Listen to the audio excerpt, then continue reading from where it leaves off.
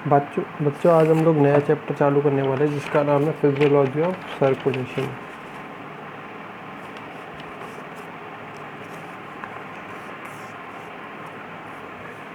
क्या है physiology of circulation?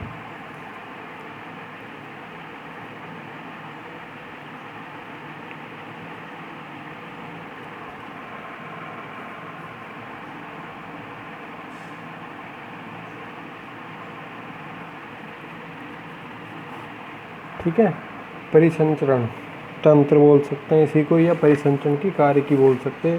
ये जो ब्लड होता है बॉडी के अंदर फंक्शन किस प्रकार से करता है, तो सबसे पहले फिजियोलॉजी को समझा जाए या सर्कुलेटरी परिसंचरण को समझा जाए, सर्कुलेशन। ठीक है ना। परिसंचरण क्या हो कि शरीर में रक्त का, ब्लड का क्या होना, फ्लो होना क्या कहलाएगा, परिसंचरण कहलाएगा। ठीक है, रक्त शरीर में रक्त का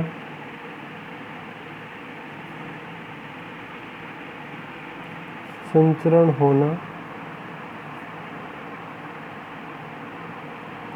परिसंचरण कहलाता है।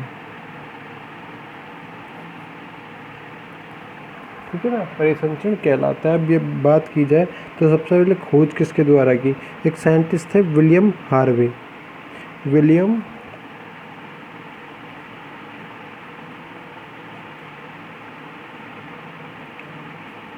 1682 में, ठीक है ना, 1682 में क्या किया था इन्होंने, सबसे पहले बताया था किसको, हार्ट को। हम सबसे पहले समझाया था इन्होंने हार्ट को और उसके फंक्शन को। ठीक है ना, साथ ही साथ कुछ ब्लड के बारे में जानकारी दी। तो इस प्रकार से हम कह सकते विलियम हार्वे ने सर्वप्रथम हृदय व उसके कार्य के साथ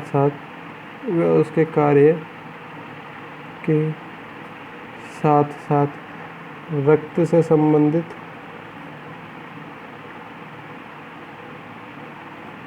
जानकारी दी। ठीक है ना, रक्त से संबंधित क्या दी, जानकारी दी। तो ये रक्त परिसंचरण तंत्र, अगर ये बात की जाए रक्त की, ठीक है ना, किस किस चीज़ से मिलके बना हुआ हो, या कहा जाए रक्त परिसंचरण तंत्र, ये मिलके बना हुआ था 3 चीज़ों से। ठीक है ना, जो फर्स्ट इसमें नाम आ रहा है किसका, रक्त का, रक्त या कह सकते हैं हम लोग ब्लड। सेकंड होता है ब्लड को पुश करने वाला मैकेनिज्म, वो होती है हार्ट। और थर्ड होता है, हार्ट ने ब्लड को पुश कर दिया, ठीक है ना, लेकिन ब्लड को पुश किस में किया, वेसल्स में, इसे बोलते हैं ब्लड वेसल्स। ठीक है ना, ब्लड वेसल्स, इसे बोला जाएगा रक्त, इसे बोला जाएगा हृदय, इसे बोला जाएगा रक्त वाहिकाएं, रक्त वाहिकाएं। तो इन तीनों चीज़ों से मिलके क्या बनता है, हमेशा रक्त बनता है। रक्त की भी अगर आगे कंपोजिशन की बात की जाए, ठीक है ना, रक्त की भी अगर आगे कंपोजिशन की बात की जाए तो रक्त किस किस चीज़ से मिलके बना होता है, कणिकाओं से मिलके बना होता है। ठीक है, रक्त कणिकाओं से मिलके बना होता है, तथा साथ ही साथ रक्त में प्लाज्मा पाया जाता है। प्लाज्मा लगभग 55% तक क्या होता है, ब्लड के अंदर प्लाज्मा पाया जाता है। ठीक है ना, तो हम इसको देखते हैं आगे, रक्त का कंपोजिशन ऑफ ब्लड, रक्त का संगठन।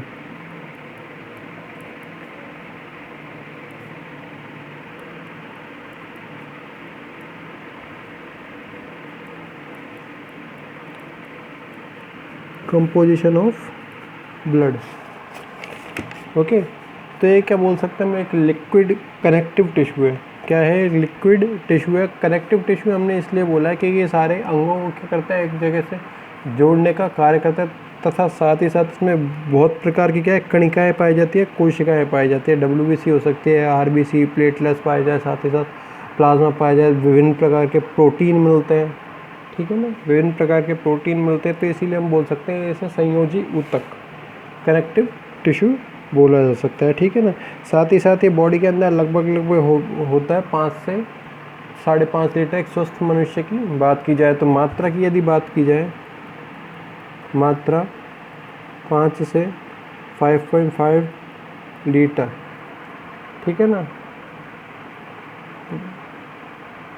पर पर्सन, ठीक है, ओके। कलर होगा रेड।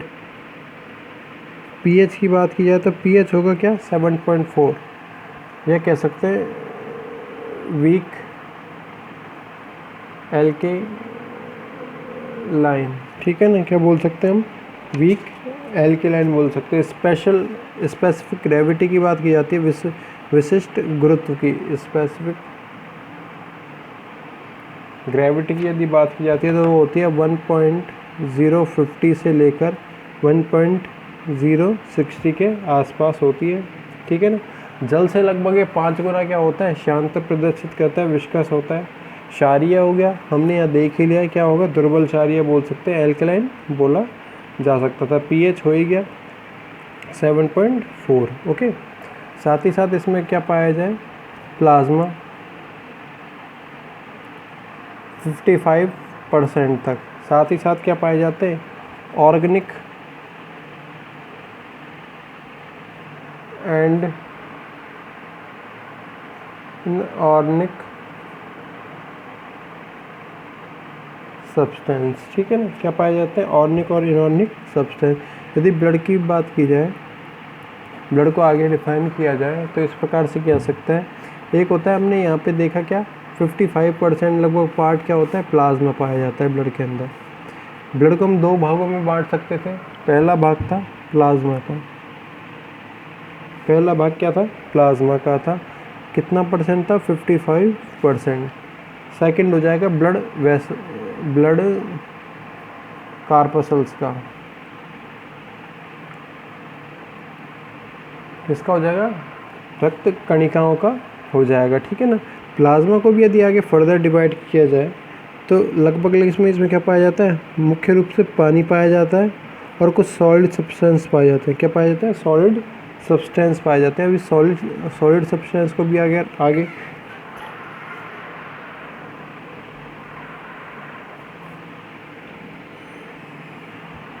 सॉलिड सब्सटेंस में क्या हो सकते हैं, इनऑर्गेनिक मटेरियल जैसे कि हो सकता है, इसमें कैल्शियम हो सकता है, सोडियम हो सकता है, पोटेशियम हो सकता था, ठीक है ना, एक्सेट्रा। और ऑर्गेनिक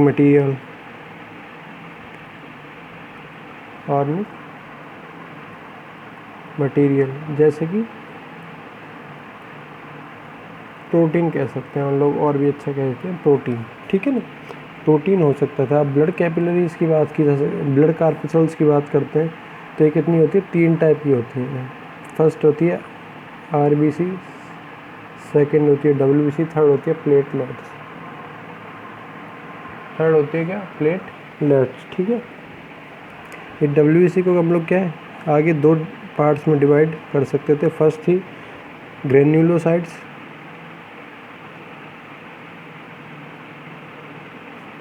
सेकंड थी ए ग्रेन्युलोसाइट्स, कणिका में और अकणिका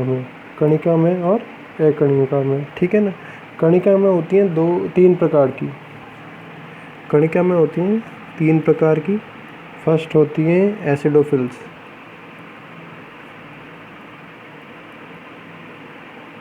सेकंड होती है बेसोफिल्स,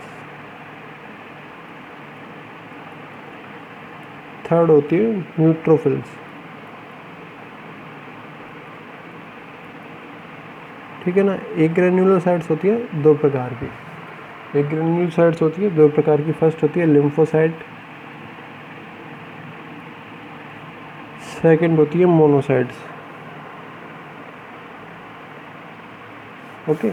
अभी हमने बात की प्लाज्मा की, प्लाज्मा तो लगभग 55%, तो ब्लड कार्पसल्स कितनी हो जाएंगी, 45% के आसपास क्या पाई जाती है, ब्लड कार्पसल्स पाई जाती है। ये आरबीसी की यदि बात की जाए तो आरबीसी का काम होता है ऑक्सीजन और CO2 के ट्रांसपोर्टेशन में हेल्प करना। WBC की यदि बात की जाए तो इसका मेन फंक्शन होता है बॉडी में इम्यून सिस्टम को बनाना, to form immune system of body. Platelet का काम होता है ब्लड को क्लॉट करने का, प्लेटलेट का काम होता है ब्लड को क्लॉट करने का, ठीक है ना। तो इस प्रकार से हम लोग आज देखने वाले हैं क्या, ब्लड कार्पसल्स। ओके,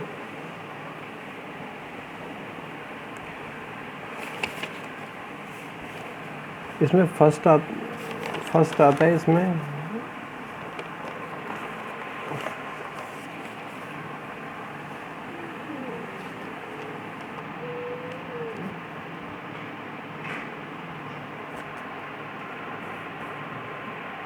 ये आता है, इसमें लाल रक्त कणिका है, रक्त कणिका है, ठीक है ना। या इन्हीं को बोला जाता है एरिथ्रोसाइट्स,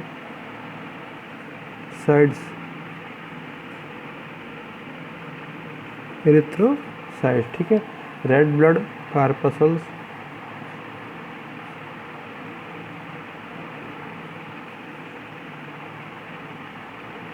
और बोल सकते हैं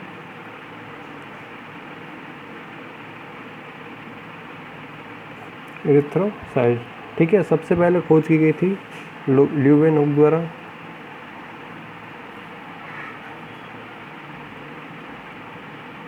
ल्यूवेनहुक द्वारा कब की गई, 1674 में। किसके रूप में, छोटे गोल कणों के रूप में, छोटे गोल कणों के रूप में, ठीक है ना। यदि आकृति की बात की जाए, शेप की बात की जाए, तो आकृति होती है इसमें अंडाकार, ओव्यूलेटेड बोल सकते हैं, ओवल शेप बोल सकते हैं, या उभयोतल। उभयोतल कुछ इस प्रकार की आकृति होती है, ठीक है ना। इसे बोलते हैं हम लोग बाई कॉन्वेक्स, ओके। और क्या होती है, केंद्रक विदाउट न्यूक्लिएट पाई जाती है, केंद्रक केंद्रक रहित, विदाउट न्यूक्लिएटेड, वह केंद्रक रहित, विदाउट न्यूक्लिएटेड, ठीक है ना, विदाउट न्यूक्लिएटेड। लेकिन एक कंडीशन आती है कि एक्स्ट्रा निकल के आते हैं यहाँ पे, ऊंट और लामा। लामा क्या होता है, एक स्तनी प्राणी होता है, ठीक है ना। ऊंट और लामा को छोड़कर क्या है, बाकी सब में क्या होंगी, केंद्रक रहित होंगी। तो इसलिए अब बोल सकते हैं हम लोग अपवाद, एक्सेप्शन। ऊंट व लामा RBC में केंद्रक होता है, ठीक है ना, केंद्रक होता है, ओके।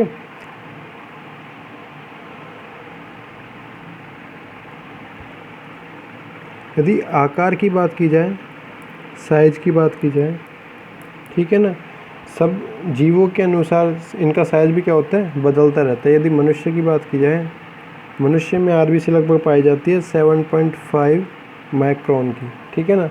वहीं हाथी में होती है लगभग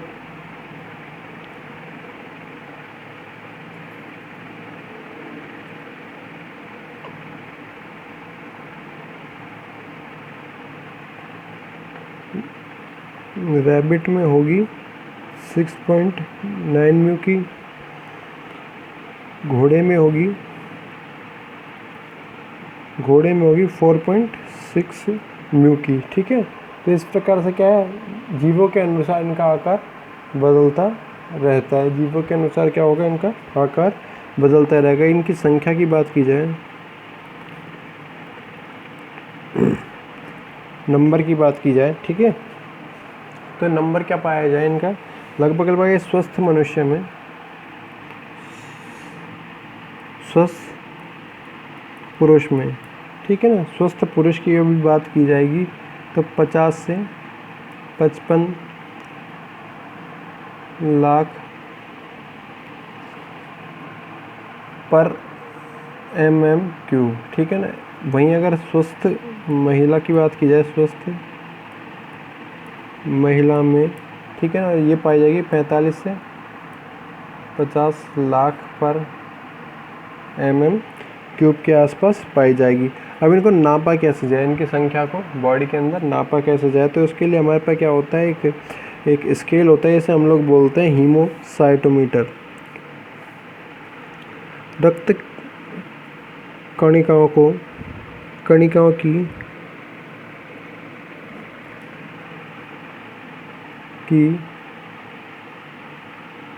संख्या को हीमोसाइटोमीटर द्वारा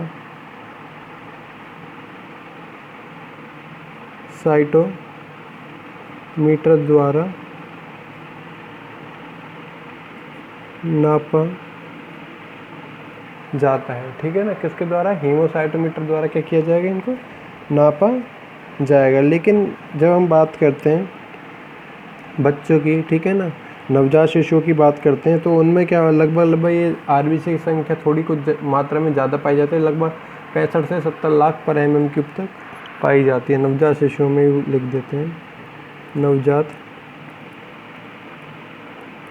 शिशुओं में, ठीक है ना, कितनी पाई जाती है, 65 से 70 लाख पर mm क्यूब के आसपास तक क्या पाई जाती है, इनमें आरबीसी पाई जाती है, ठीक है।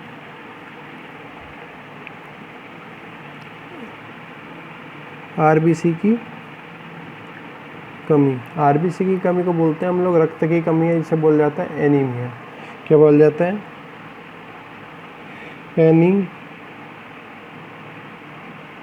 एनीमिया कहा जाता है, ठीक है ना, जो लगभग कभी, ठीक है ना, यदि आरबीसी क्या हो जाए, संख्या में अधिक हो जाए, आरबीसी की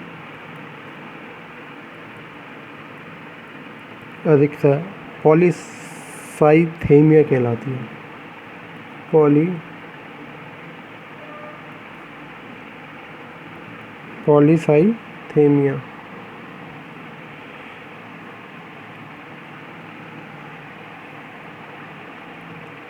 पॉलीसाइथेमिया क्या कहलाती है, आरबीसी की अधिकता। अब ये आरबीसी की अधिकता होगी कहाँ पर, ऊंचाई पर, मतलब कह सकते हैं पहाड़ों पर, ऊंचाई पर रहने वाले प्राणियों में, क्योंकि ऊंचाई पर जाते हैं तो ऑक्सीजन की मात्रा क्या हो जाती है, कम होने लग जाती है, जिससे क्या होती है, उनको श्वसन लेने में परेशानी हुई। इसके लिए क्या पाई जाती है, इनके रक्त में इनकी अधिकता पाई जाती है। क्या पाई जाती है, इनके रक्त में इनकी अधिकता पाई जाती है, ठीक है।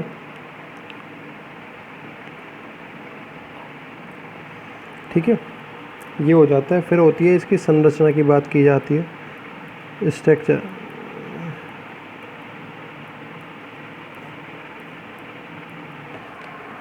आरबीसी की स्ट्रक्चर, एरिथ्रोसाइट, आरबीसी के चारों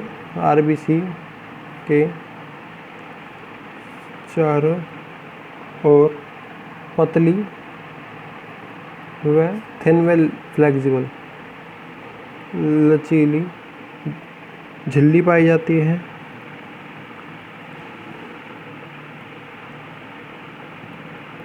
झिल्ली पाई जाती है जो लगभग होती है 0.02 म्यू की आसपास होती है।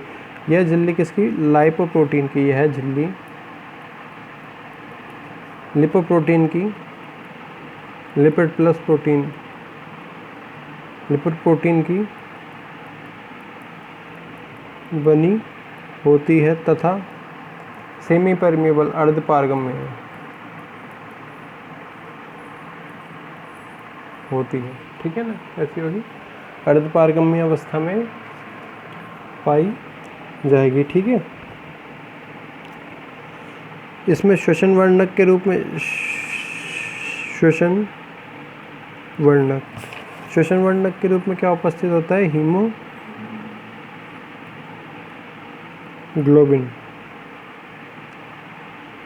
श्वसन वर्णक के रूप में पाया जाता है इसमें हीमोग्लोबिन, जो कि क्या करता है, रुधिर का, जो कह सकते हैं हम लोग, हीमोग्लोबिन पाया जाता है कि स्वस्थ मनुष्य में लगभग क्या होती है, इसकी मेल में मात्रा होती है लगभग 14 ग्राम पर 100 ml, ठीक है ना। फीमेल में मात्रा होती है इसकी लगभग 12 ग्राम पर 100 ml, ठीक है ना। ओके, तो इससे इसकी कमी से क्या होती है, श्वसन कम होने लग जाता है, ठीक।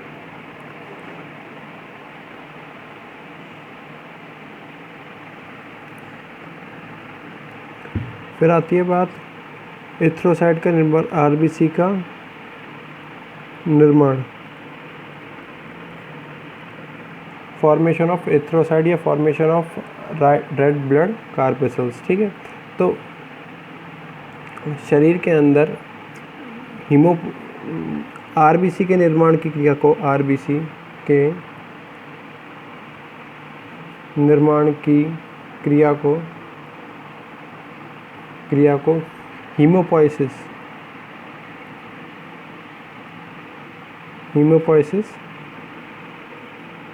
कहा जाता है, ठीक है ना। क्या कहा जाएगा, हीमोपोइसिस कहा जाएगा। जैसे ही वो बच्चा भ्रूणावस्था में पाया जाता है, एम्ब्रियोनिक कंडीशन में पाया जाता है, योग सैक के द्वारा क्या होता है, इनका एरिथ्रोसाइट का निर्माण भ्रूणावस्था में योग सैक द्वारा निर्मित, ठीक है। योग सैक द्वारा क्या किया जाएगा, निर्मित किया जाएगा। और लेकिन वयस्क प्राणी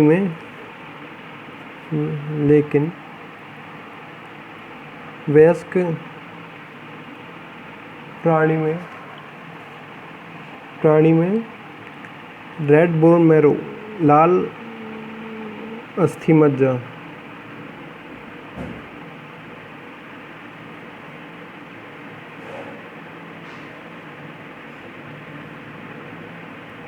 मैरो द्वारा होगा, ठीक है ना, लाल बोन मैरो द्वारा होगा। तो इनके जीवन काल की, लाइफ स्पैन की बात की जाए, लगभग 120 दिन कितना होता है, निश्चित होता है।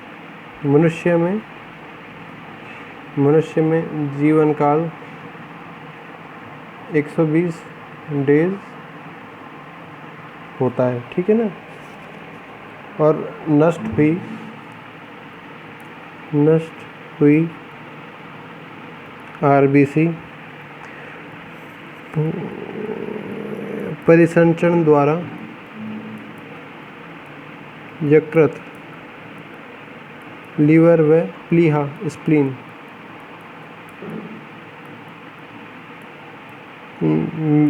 में आ जाती हैं, ठीक है ना। इसीलिए प्लीहा को क्या किया जाता है, क्या कहा जाता है, आरबीसी का कब्रिस्तान कहा जाता है, ठीक है। आरबीसी का कब्रिस्तान कहा जाता है। अब इसके यदि फंक्शन देखे जाएं, आरबीसी के फंक्शंस ऑफ आरबीसी। फर्स्ट कार्य होता है ऑक्सीजन को फेफड़ों से कहाँ तक, टिश्यू तक पहुँचाने का। O2 को कोशिकाओं तक पहुँचाना।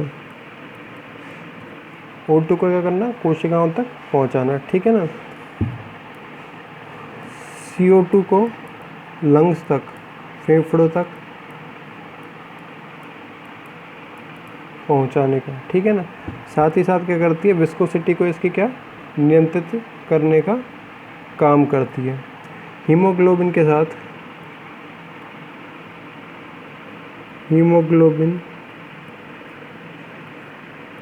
साथ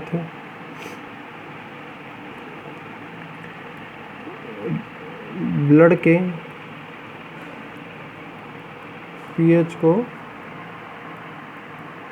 बनाए रखती है, ठीक है ना। ब्लड के पीएच को क्या करेंगी, बनाए रखती है। तो इस प्रकार से आज हमने देखा है ब्लड सर्कुलेटरी सिस्टम के बारे में और आरबीसी के बारे में। नेक्स्ट वीडियो में हम लोग बात करने वाले हैं डब्ल्यूबीसी की, ठीक है ना। नेक्स्ट वीडियो में हम लोग बात करने वाले हैं डब्ल्यूबीसी की। Thank you.